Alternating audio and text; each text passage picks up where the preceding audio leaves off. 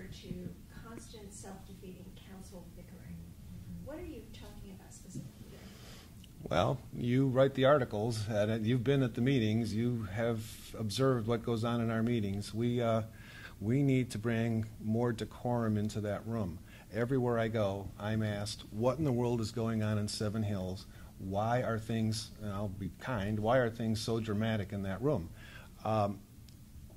My opinion is that we have folks who are maybe a little bit more concerned about their own legacy than what's good for the city. I'll just leave it at that.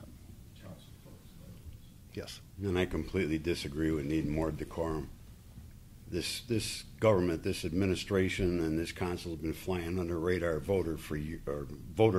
resident radar for years. And questions are asked. If somebody doesn't like the question, you're likely to get a response that is going to be somewhat heated.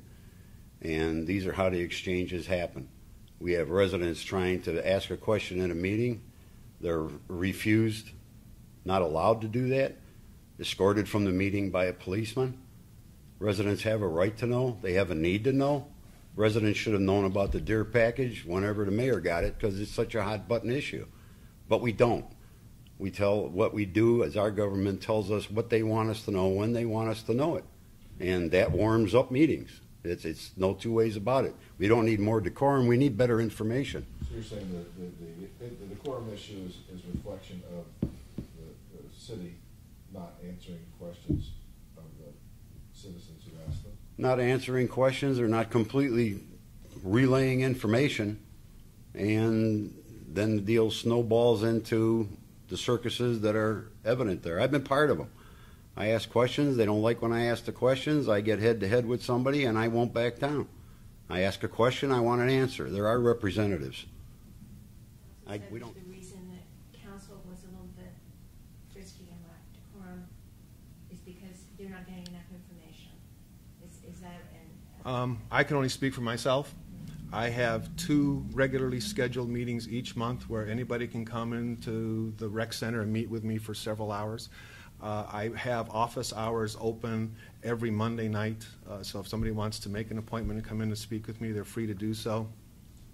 I think the incident that Mr. Jaros is referring to was actually witnessed by Maura. It was more than just what he's saying. The gentleman got up out of order, was trying to speak while council was actually taking a roll call to adjourn. He refused to comply. A police officer very gently came over and explained to him, you know, you've been ruled out of order. Please sit down. He didn't agree in doing so, and it turned into this big thing. But again, Maura was there to see it. And the gentleman was confused because the week before the council agenda allowed residents to speak last. He wasn't up. This guy is 87 years old. He's a veteran of 2 wars. It's Again. Russ Snyder.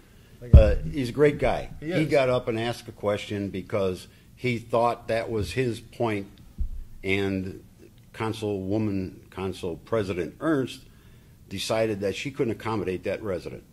She couldn't give us his few minutes to say whatever he had to say, ask whatever he had to ask, and instead we had to put a cop on him. That's ridiculous. Well, again, I can't. The guy's been there 40 years. He deserves some consideration in addressing his representatives. I don't run the council meetings, but the voting meetings are very formal. There are certain agenda that's followed. There are certain rules that apply, and unfortunately the gentleman refused to comport. So there it is.